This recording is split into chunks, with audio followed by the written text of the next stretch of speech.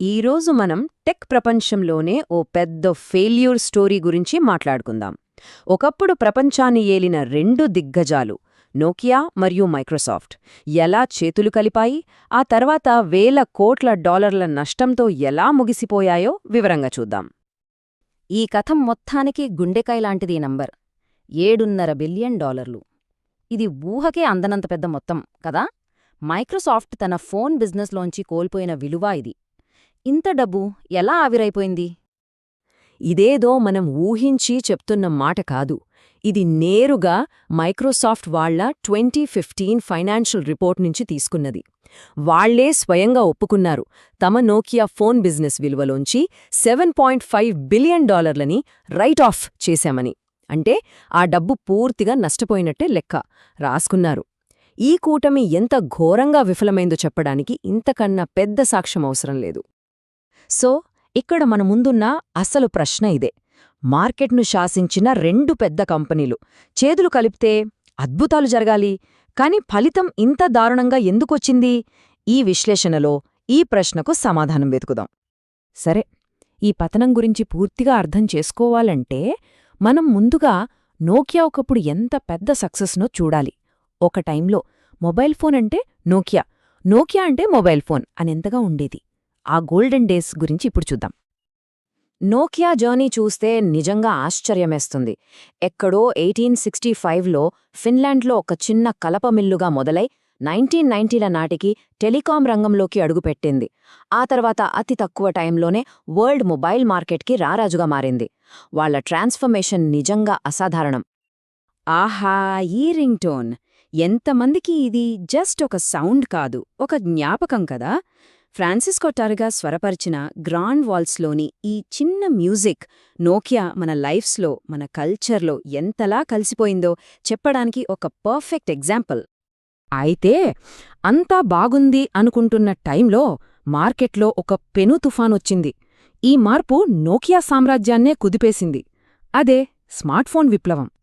ఇక్కడే అసలు ఆట మారింది. ఒకవైపు నోకియా వాళ్ల ఫోకస్ అంతా బెస్ట్ హార్డ్వేర్, ఆ బటన్స్ మీదుండేది. మరోవైపు యాపిల్, గూగుల్ వాళ్ళు గేమ్ మొత్తాన్నే మార్చేశారు. వాళ్ల ఫోకస్ అంతా పెద్ద టచ్ స్క్రీన్, యాప్స్ ఇంకా సాఫ్ట్వేర్ ఎక్స్పీరియన్స్ మీద పెట్టారు. ఈ ఒక్క తేడానే మొత్తం మార్కెట్ని తలక్రిందులు చేసింది. చూస్తుండగానే ఫోన్ అనే పదానికే అర్థం మారిపోయింది. ప్రజలు బటన్స్ నొక్కడం మానేసి స్క్రీన్పై స్వైప్ చేయడం మొదలుపెట్టారు.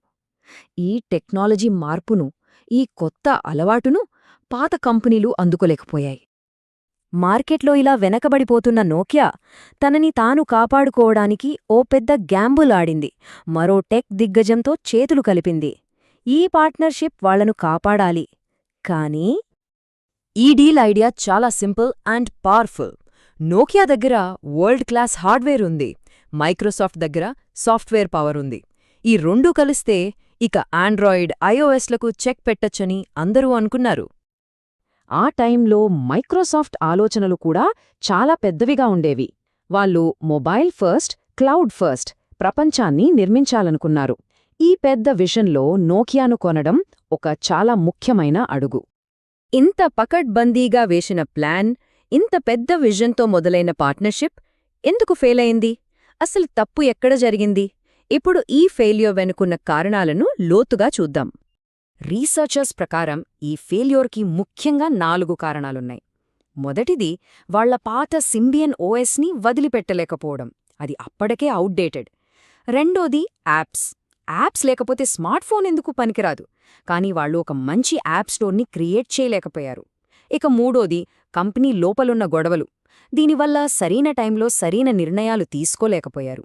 చివరిగా వాళ్ల ఫోకస్ అంతా హార్డ్వేర్ మీదే ఉండేది, కానీ అసలేని ఎక్స్పీరియన్స్నిచ్చే సాఫ్ట్వేర్ని పట్టించుకోలేదు. ఇదే వాళ్లని పెద్ద దెబ్బతీసింది. ఈ చార్ట్ చూడండి. కథ మొత్తం ఒక్కసారిగా అర్థమైపోతుంది.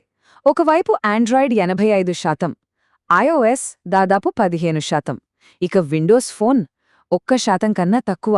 అంటే అసలు మార్కెట్లో లేనట్టే లెక్క. అంతే, కథ ముగిసింది. మార్కెట్లో అమ్ముడవుతున్న దాదాపు ప్రతి ఫోన్ ఆండ్రాయిడ్ లేదా ఐఓఎస్తోనే నడుస్తోంది. విండోస్ ఫోన్కి చోటు లేకుండా పోయింది. అందుకే మనం మొదట చూసిన ఆ $7.5 బిలియన్ నష్టమొచ్చింది. ఈ కథ కేవలం నోకియా గురించే కాదు, ఇందులోంచి మనం నేర్చుకోవాల్సిన పాఠాలు చాలా ఉన్నాయి.